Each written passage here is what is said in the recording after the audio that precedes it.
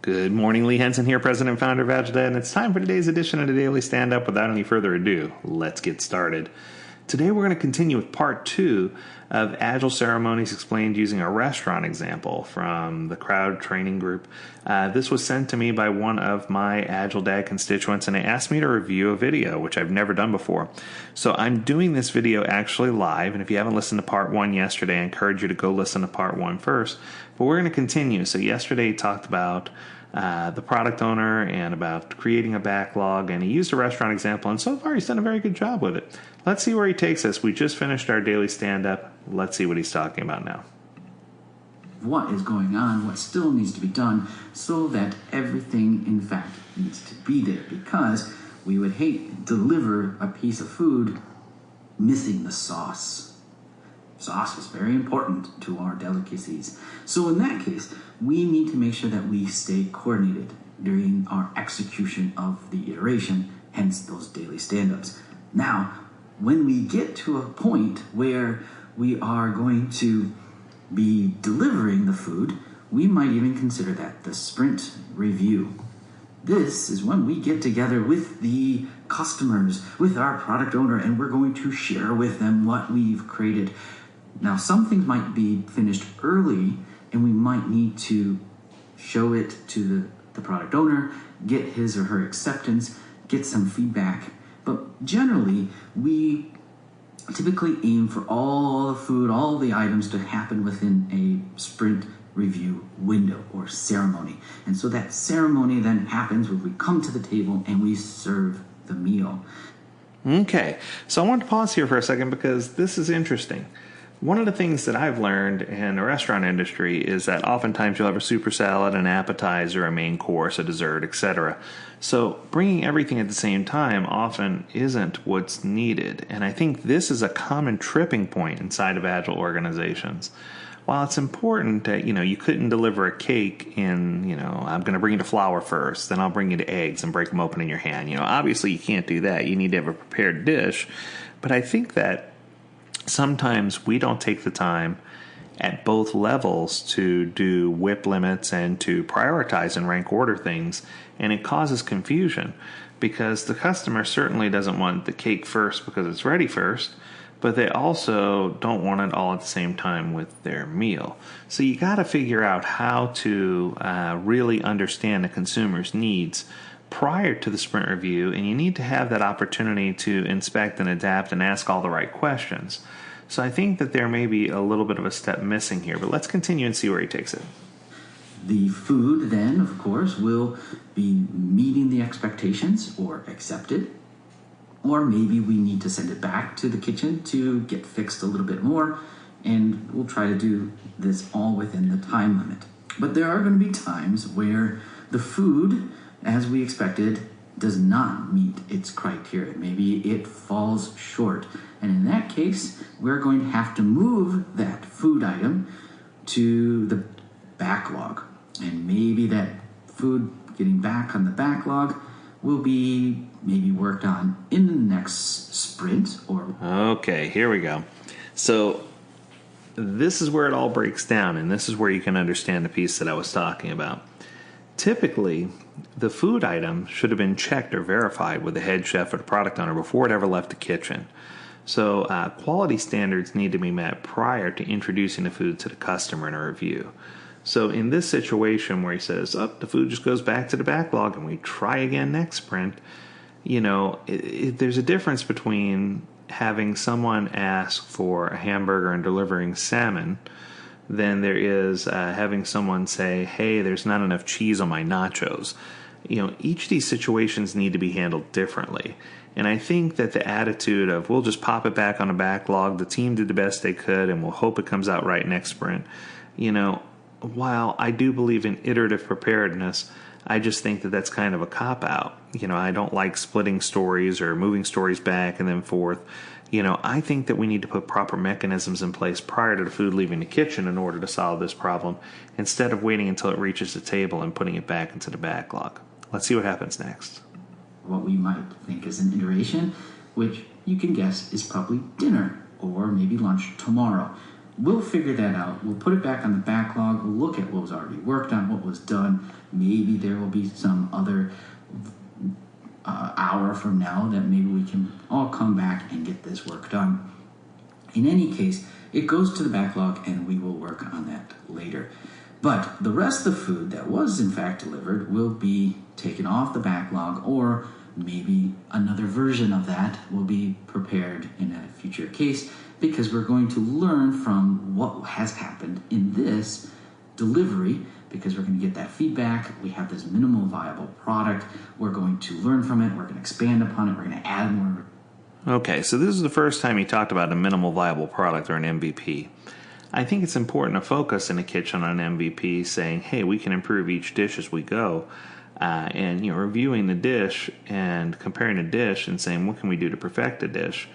And I think this is something that can be done in a backlog refinement or a backlog grooming session, which hasn't been discussed. Let's see if they go there now. Or maybe ingredients, or maybe a little bit more of a flair. The other thing we can do, though, is this backlog needs to be groomed. It needs to be refined. So sometime during this sprint, that 4-hour window that our team is working on delivering the food, we might take this opportunity to prepare this backlog for the future, because we know that there is going to be dinner tonight, there is dinner over the weekend, and there is also going to be lunch tomorrow as well. So maybe as we are looking at the food and how it's delivered, maybe certain things are not going to make it in this particular time. And so we might already know ahead of time that this is something that we'll probably need to hold off and wait for dinner, or let it. Okay, so I like that he brought in a refinement aspect of this, but the issue still here is that even with the refinement being discussed here and refining it for next dinner service or next lunch service or dinner over the weekend, this is great, but I think there needs to be some fine-tuning that happens, as you're doing your service. And I feel like that's the piece that's missing. So once again, I think that the ceremony of backlog refinement is important, but I also think that there needs to be some on-the-ground refinement and the ability for people to do updates and essential updates on the fly in order to make certain that they need to do the things that are going to help a customer right away. So let's wrap this up. Let's get this video done. We're real close. So let's see where he takes us next. I have a feeling we're going to, and I promise I've never watched this before. I'm watching it with you live and commentating as we go. So let's see what happens next. To cook a little bit longer or do something else to it. Maybe it's going to be something that, based on these ingredients, we're going to have extra ingredients that would fit perfectly into a perfect lunch that would be for tomorrow. Also, the product owner might be looking at what has been collected from the market today and maybe is already setting aside the expectations for what we want in the next 1, 2, 3, or 4. Ideally, we want to look that far out on those different iterations. That way we can start preparing ahead of time, getting a roadmap, getting a sense of what is coming so that we can figure out what is the best way to arrange our meals, our vision, the dependencies between the different ingredients, or the things that need to cook a little bit longer or be built upon. But Okay, so the vision and strategy should have been determined a long time ago for each service. I feel like this is a great summary and it's a great analogy using a restaurant, but I just feel like there's some points of confusion where it's cyclical. It's causing me to go backwards and say, oh yeah, I missed a vision. Oh yeah, I missed a strategy. Oh yeah, I missed these pieces. This is great in retrospect for the team to learn these things, and it's a great learning experience if you're starting from scratch. Let's see where he takes us finally. We are really seeking out to build this backlog refinement inside of our sprints so that we have better preparation for the next sprint, instead of being surprised or having to try to do everything during the sprint planning. So the sprint planning then is our chance to commit and figure out all the tasks that need to be done. Agreed. For our particular sprint that we're working on. We then serve the food. we work together during our daily stand-ups, but in the review is when meal is demonstrated and the work has now been validated or given feedback to. And then the one last final thing is that when we're cleaning up the kitchen, everything is done and the meal is finished, it's good for us to have a retrospective where we as a team think about how we work together well and where we didn't, where things can be improved. How is our communication? How are things flowing and going? Because we got lunch tomorrow, or heck, we've got dinner tonight that we all must work together on. And we want to keep getting better. We want to improve. We want to learn from each other. Okay, so this is the part of the video that I've decided I like the best. His description of a retrospective and comparing it to a kitchen where at the end of a service, the team gets together and discusses what could have been improved with the service. How was communication? How did things come off the line? How were the plates plated? Did we deliver the main courses? I think that that's a real good analogy and a very good example.